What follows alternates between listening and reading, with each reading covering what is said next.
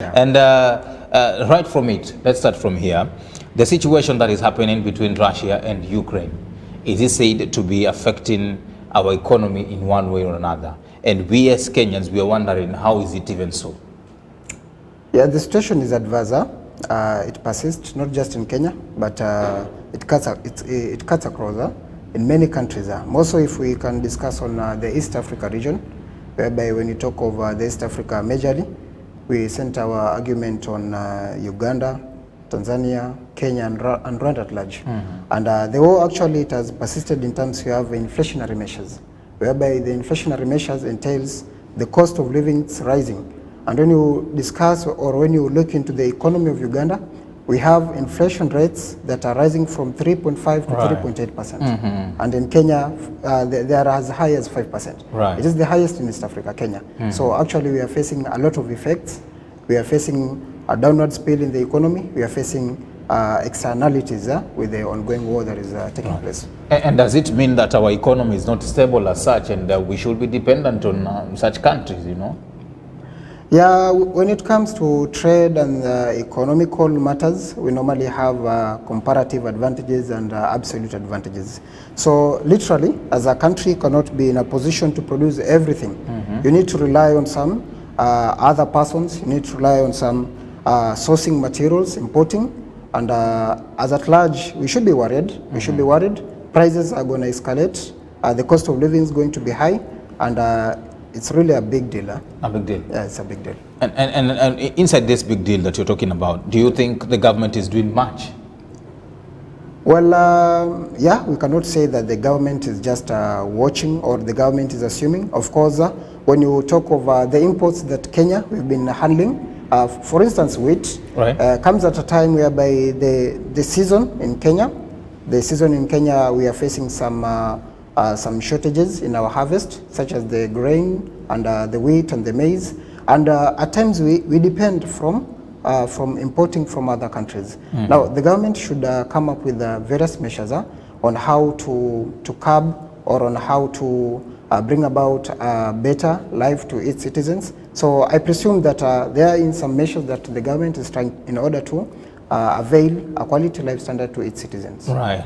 Very well. And whatever you're speaking here, it sounds more complex for Kenyans to understand, simply because it's more of too much detailed when it comes to the economy. And to this common mwananchi, if at all is watching and he needs to see that price of gas going down, he needs to see that price of wheat going down, and he feels that the government is responsible for all these matters and these issues, what do you think the common mwananchi needs? What role can he play also inside this all stuff? Well, for the common mwananchi, nothing much can be done, to be precise and to talk on facts, because the aftermath of war cuts across in many countries, not just Kenya, but around the world. Because when you talk of Russia and Ukraine, some of their main export that they make to other countries, including the corns, including the seed oils, including petroleum, and a country like Kenya, we are so much dependent over importing petroleum. Now it becomes really a big situation for us. Now that we cannot have or manufacture our own petroleum, we have just to import the product. Now with the war, whereby we have closed down of the air spaces and all that, it's really not up to the common mwananchi, but prayers maybe a resolution should be prayers. Maybe we talk of prayers, delegations trying to solve the situation where problems are and try to see how the two countries can come at peace. Right. We'll be coming at how these two countries can come at peace, so as we cannot get into more adverse effects of that. But speaking about the country Kenya now and the way our economy is going, especially now, a time at which we are headed into a general election, do you feel like we have lessons that we can draw out from whatever is happening between Russia and Ukraine on how we can build and stabilize ourselves, not to be dependent so much on international community, for instance? As earlier as I mentioned, at times for the development of our economy, in terms of resources, we need resources so as to start up businesses, to stabilize our economy, to develop some new ventures. So all that to happen, as I earlier said and I mentioned, kwamba a country cannot be 100% right. In a position to fully fund itself in terms of the resources, the finances and all that. Right. No wonder we have our president, Uhuru Kenyatta, moving about and trying to finance in some loans in order to stir the economy up. But then if we talk of like a country being independent on its own self, it actually comes to a point whereby it is close to impossible. Right. Yeah. Right. And now, if this situation persists, you as a business professional here, where do you think Kenya is headed to? Cost of living. There'll be a rise in the standards of living, whereby the common mwananchi will struggle for the necessities, the social amenities, when you talk of the food, the investments, maybe finances to advance in small-scale businesses. For the common mwananchi is actually going to suffer, and suffer in the worst criteria that maybe you have never experienced. Yeah. Right. But we are not simply scaring them. We are just saying what is there. Yeah, that is the reality. We need to face the reality in order for us to figure out our steps, in order for us to have some planning mechanisms that maybe we can implement, right, and see how maybe we can resolve the situations. Good. And these mechanisms that you say that maybe we can implement, for instance, where should we start from? At the moment now, yes, the situation is there. We know cooking gas may soon go up. The cost of oil production may go up. We are told that also wheat. I don't know, we are importing wheat from Russia? We are importing wheat. We are importing wheat. A large percentage of our imports, we depend on Russia and Ukraine at large. And the two. Yeah. Right. Now, if we want to, get ourselves there with the current situation, because we don't know when it's going to end. You've just spoken about prayers here. And when you talk about prayers, it's a wait-and-see situation. How then do we, under this mechanism that you're saying here, which one are they, for instance? Well, one of the best mechanisms that can be implemented should be on the education system. Should we implement graduates, scholars that won't be in the economy trying to search for jobs but create the jobs themselves? As much as we have limited resources. Now, if we can be in a position to optimally utilize what we have in terms of business startups, in terms of small entrepreneurial projects, then we as a country, we can try and better off such situations when they escalate to this magnitude. Right.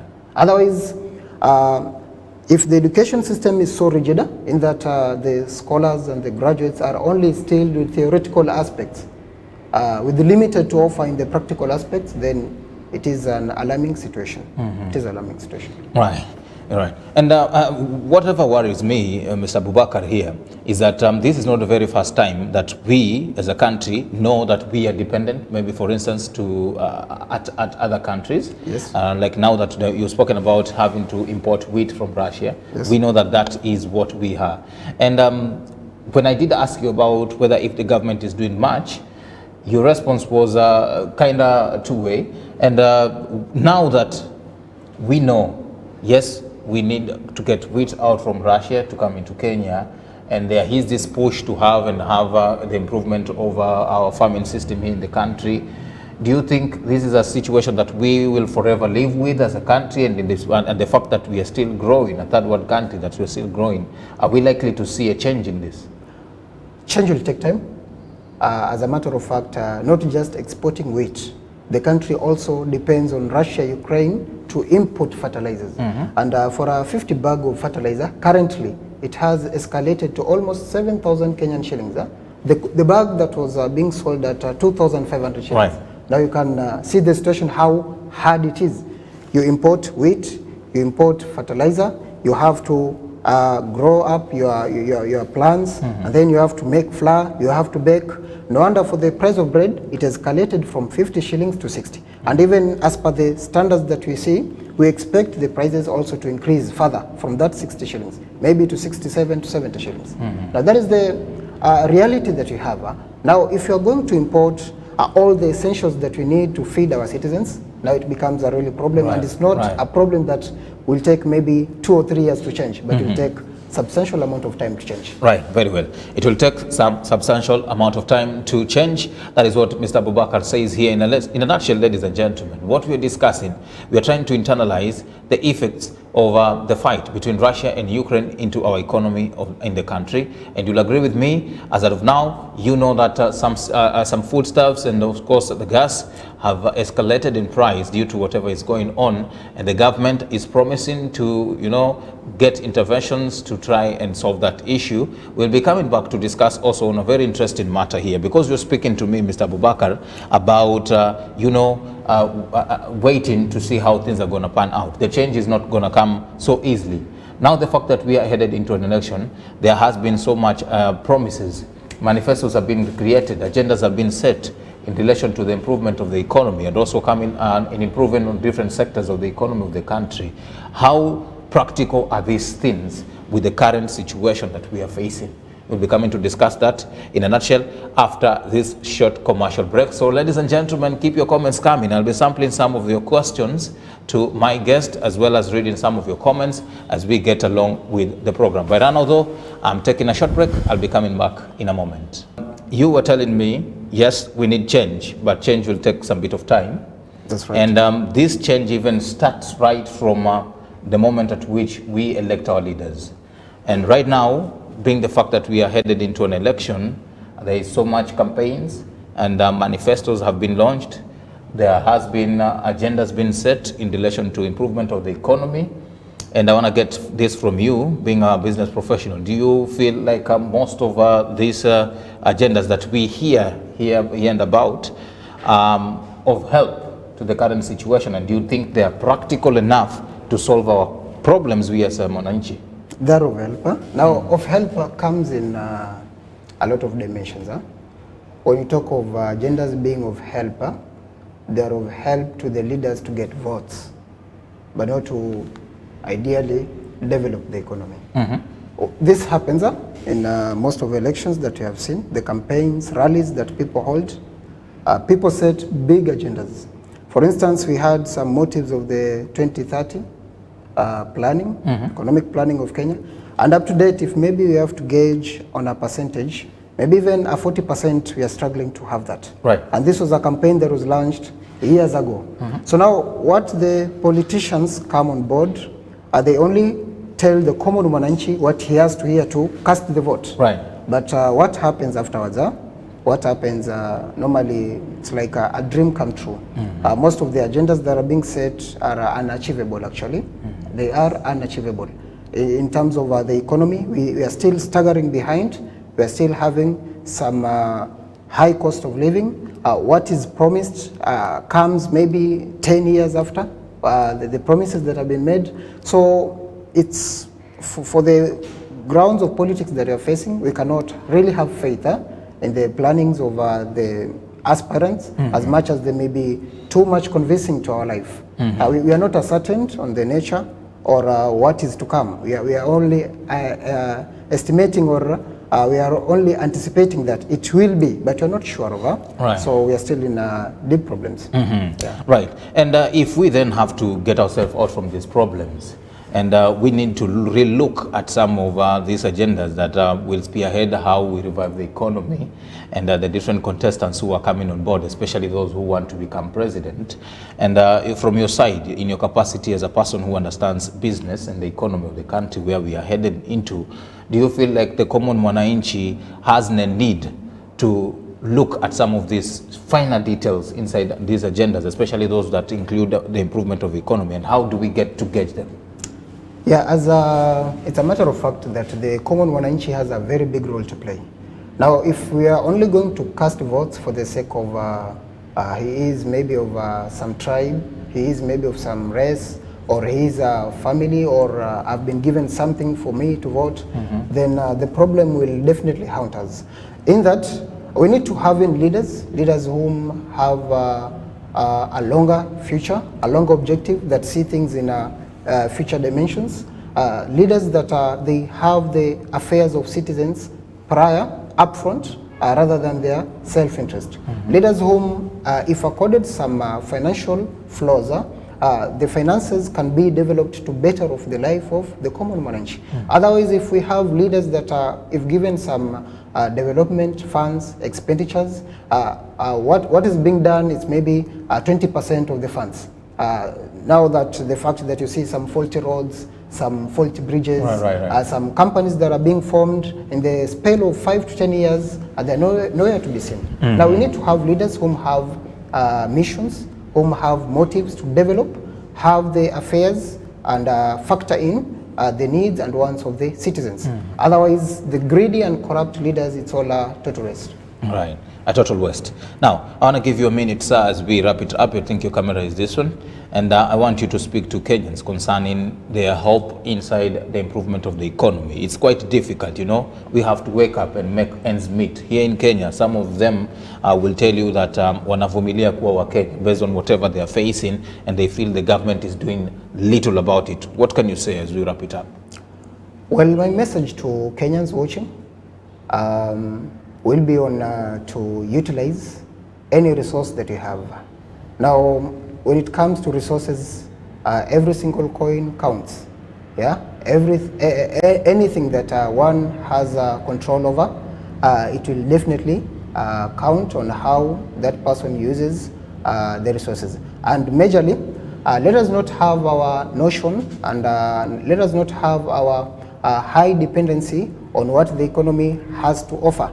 But then let us have the notion of what we have to offer to the economy. In that, the setup of a small business that maybe can earn or have a return as little as 200 shillings. Someone might not be in a position to factor that in, but actually it is better for that person to have such a minimal amount of time within some length time of operation rather than to get employed. So my appeal to the economy on how things are turning out, on the reality of matters being, any person who is maybe in a position of some piece of land, rather than making some commercial buildings, it is also advisable to factor in the agricultural output, be it's maybe domestic or maybe commercial, and this one will also be an influence, not just to the person, but to a wide number of persons in his homestead. Right. Very well.